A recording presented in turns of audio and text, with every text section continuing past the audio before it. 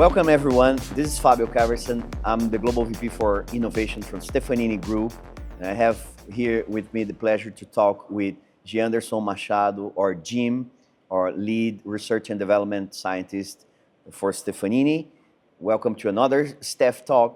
We are here to talk briefly about how this AI revolution, what we call the age of AI, has been impacting us the last year, and most important, how what we see, how is Stefanini planning 2025, and how do we see the upcoming year. This is a very special StefTalks. We are here in the Stefanini 2025 kickoff. So this is exactly where we gather the leadership, the executive leadership, technical leadership of the world, and exactly to plan, to talk about our results, the lessons learned last year, and to plan how we're gonna attack what are the main offers, solutions, research as well that we're planning to work with in 2025. Thank you for the introduction, Fabio. Thank you for having me here. Well, what you're thinking that is the most exciting topic that's going on right now, and like the results of 2024. What do you see as a good way for us to begin this? Yeah. So I think most important, we've seen in 2024, right? The cycle of disillusionment. So in a way, everybody in 2023 were so excited and with high expectations around AI. And we've seen in 2024 that slingshot effect where people are really then trying and having disappointments, right? There are many success cases, but there are also a lot of disappointment in the area. So I think 2025 is going to work like this reset moment where people reset the expectations. It's also clear right now that it's not just, it's not totally useless. People realize that there are things that they can get results and so on and so forth. So, that's what I think. Now, you're closer to research and bleeding edge and everything else. So let's start talking about 2024, right? About this whole cycle of hype, disillusionments, and now a little bit of reality. What have you seen in terms of successes? What do you think really worked well in 2024? And if you want to talk a little bit about what didn't work well, that's nice. Nice. Well, 2024, I believe that was a year of expansion. So a lot of regions, all the regions basically have a couple of use cases.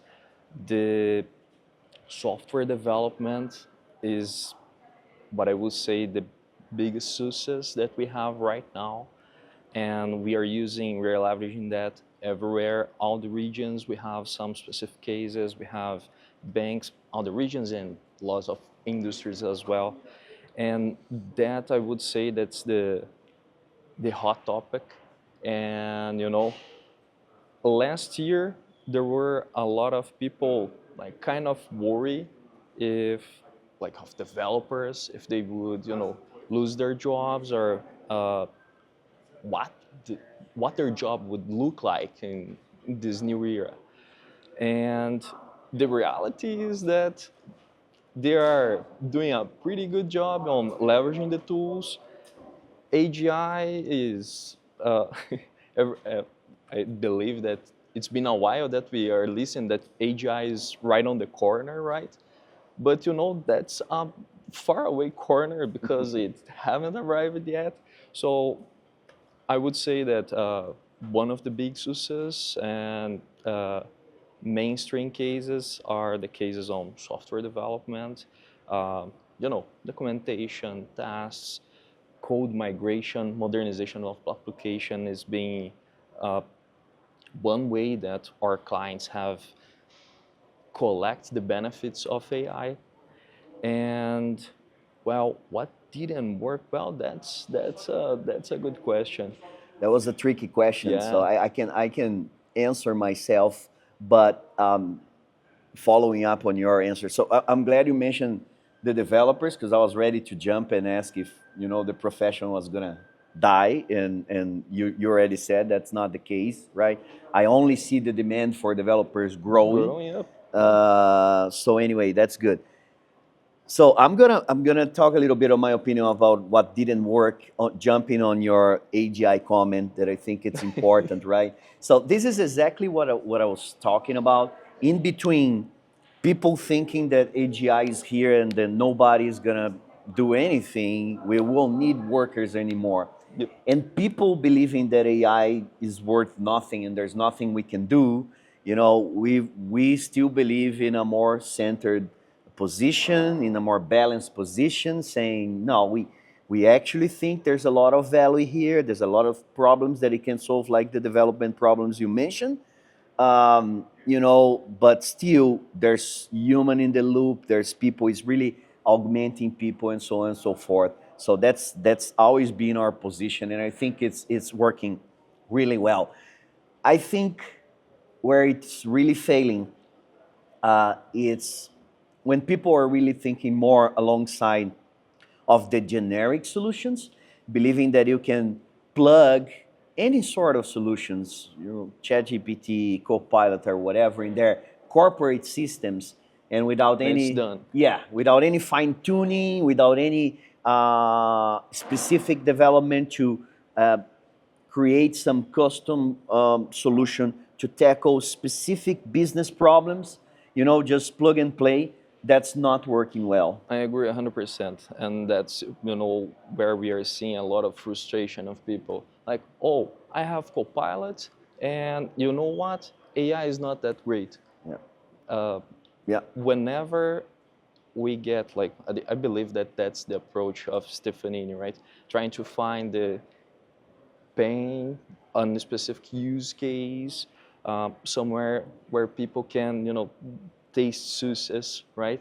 Like That's perfect. starting small and growing, and that's I don't know if it's the only way, but it's the way that we have seen working and bringing results for Nice. ourselves and for our clients.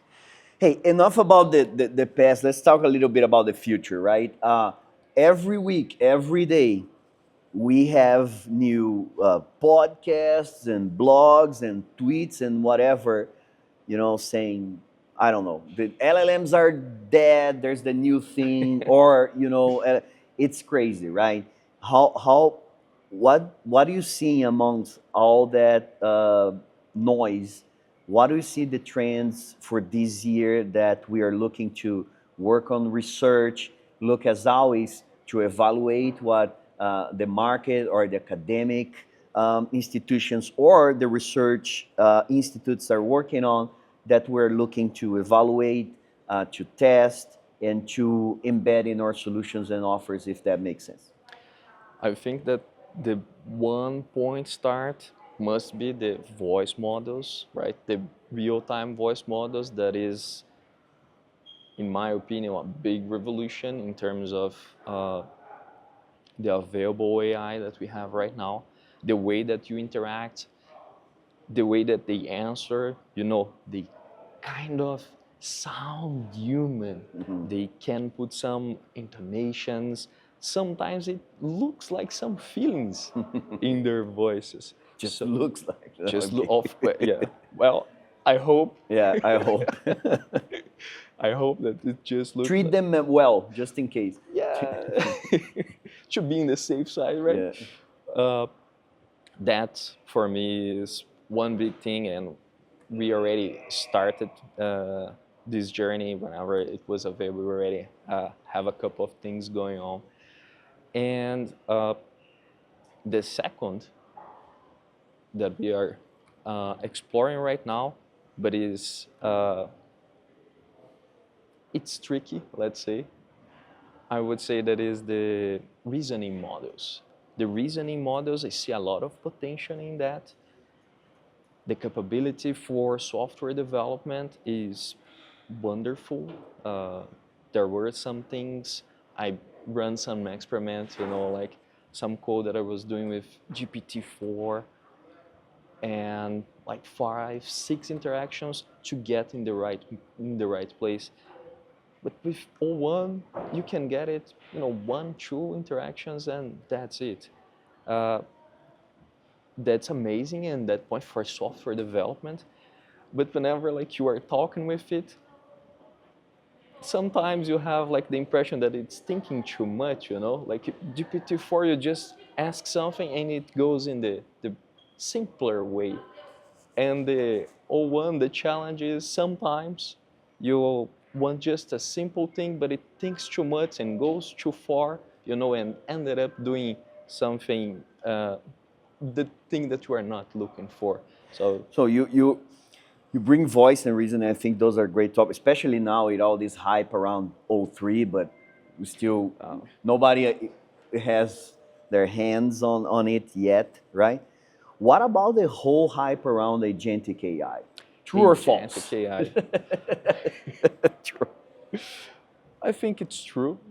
The hype, hypes are hypes, right? Yeah. They always are gonna put the thing above what it can do.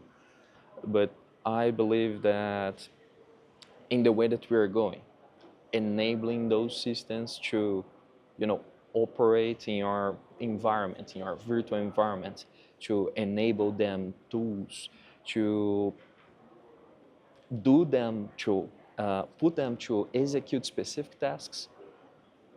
And considering that now they kind of can think about it, can reason, can plan, I do believe that is a path of success. And there are things that are gonna work, of course. There are things, that won't, that's gonna still need supervision. But the beauty of it is the specialization. Yes, go again with what we were talking about when we're talking about AGI and generic solutions, right? And what I like to tell everyone is that, okay, it's great, and now it's using LLM, so that's different. But people don't realize that these things are not new, right? The whole agentic and multi-agent theory is something from the 80s. So it's good that we're revisiting now old, right? It's like not that old, but anyway, old in the AI speed, let's say, old solutions to try and not only focusing on large language model that have been mostly the focus on the last 2 years. Rereading ideas, right? Yes, yeah. Yes. So I'm excited as well about all these new trends and etc. Right? And what would you say about real AGI? Like thinking on landing it. Yeah. There's the hype where you believe that it's gonna land. Well, I think honestly, I also don't see it right around the corner, right? But as I'm explaining that we have this centered or more balanced opinion about everything, I see a very important role of AGI that is keep pushing us in that direction, right? Because if we at the same time stop and say, hey, generative AI, that's it, that's the pinnacle of our research or our evolution, then you also suddenly stop. All these things, the reasoning models, agentic AI, voice in a way is just one more interface, unless we're talking about multimedia models. I think those things are helping us to take another step. So the path to AGI, sometimes it feels like building a staircase to the moon, right? You build another step, you're closer, but doesn't mean that you're getting there, but still helps science to advance and everything else. So thanks again, Jim, for this conversation. It's been a pleasure as always. I hope that the audience likes and don't think that we got a little bit too technical, but we get excited sometimes. Thanks everyone for watching, and we're looking forward to this year and all the cool things that are going to come up in this challenging age of AI. Excitement times. Thank you, everyone. See you.